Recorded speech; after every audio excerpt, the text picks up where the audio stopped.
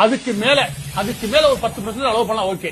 20% allow பண்ணுங்க. நீங்க அனுமதிச்சது 300 400%. அந்த இடத்துல நிக்கிறதுக்கு எனக்கு தெரிஞ்சு 20,000 பேருக்கு வாய்ப்பு இருக்குது. ஆனா உள்ள நின்றது 60,000 70,000 பேர் உள்ள. அதோட சேர்த்து இந்த வாகனம் புகுற மொத்தமா நசுங்க ஆரம்பிச்சிருச்சு. இத அனுமதிச்சது காவல்துறையா இல்லை. நீங்க என்ன சொல்றீங்க? விஜய் லேட்டா வந்துட்டாரு, விஜய் லேட்டா வந்து அதுதான் ஆரம்பிச்சிருச்சு. நீங்க சொல்ல வேண்டியது விஜய் லேட்டா வந்தார்ல, அப்ப உங்களுக்கு கால அவகாசம் இருந்துச்சுல, அந்த நேரத்தில் என்ன பண்ணிக்க முடியும்?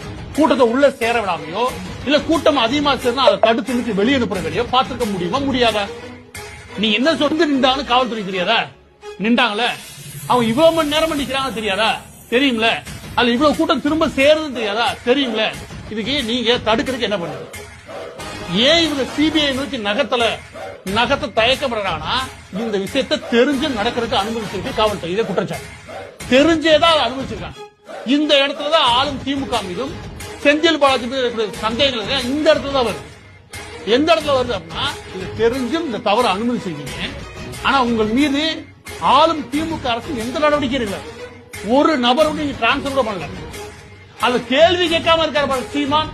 இது அதை விட சந்தேகத்துக்குரியது. எனவே அந்த கூட்டங்களை எப்படி கையாளணும், அந்த கூட்டம் உள்ள வர வழி எப்படி, வெளியே போற வழி எப்படி, அதுக்கு தேவையான வசதிகள் உருவாக்குறது எப்படி, அவங்க ஆபத்து உருவாகணும் அதை எடுத்து வெளியே கொண்டு போறது எப்படி, இது எல்லாத்தையும் உருவாக்குறது தான் காவல்துறை வேலை. அதான் அவங்களுக்கு முக்கியமான கடமையே. அந்த கடமையை 10% கூட கரூர்ல செய்யவே கிடையாது.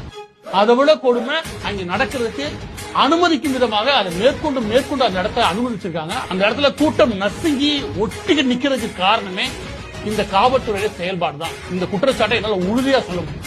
இதுக்கு முன்னாடி செந்தில் பாலாஜி இருக்கான்றத சிபிஐ தான் விசாரிக்கும். ஆனா இந்த வழக்க இவ்வளவு பெரிய தவறு செஞ்ச காவல்துறை எடுத்து விசாரிக்கிறது எந்த உடன்பாடும் கிடையாது.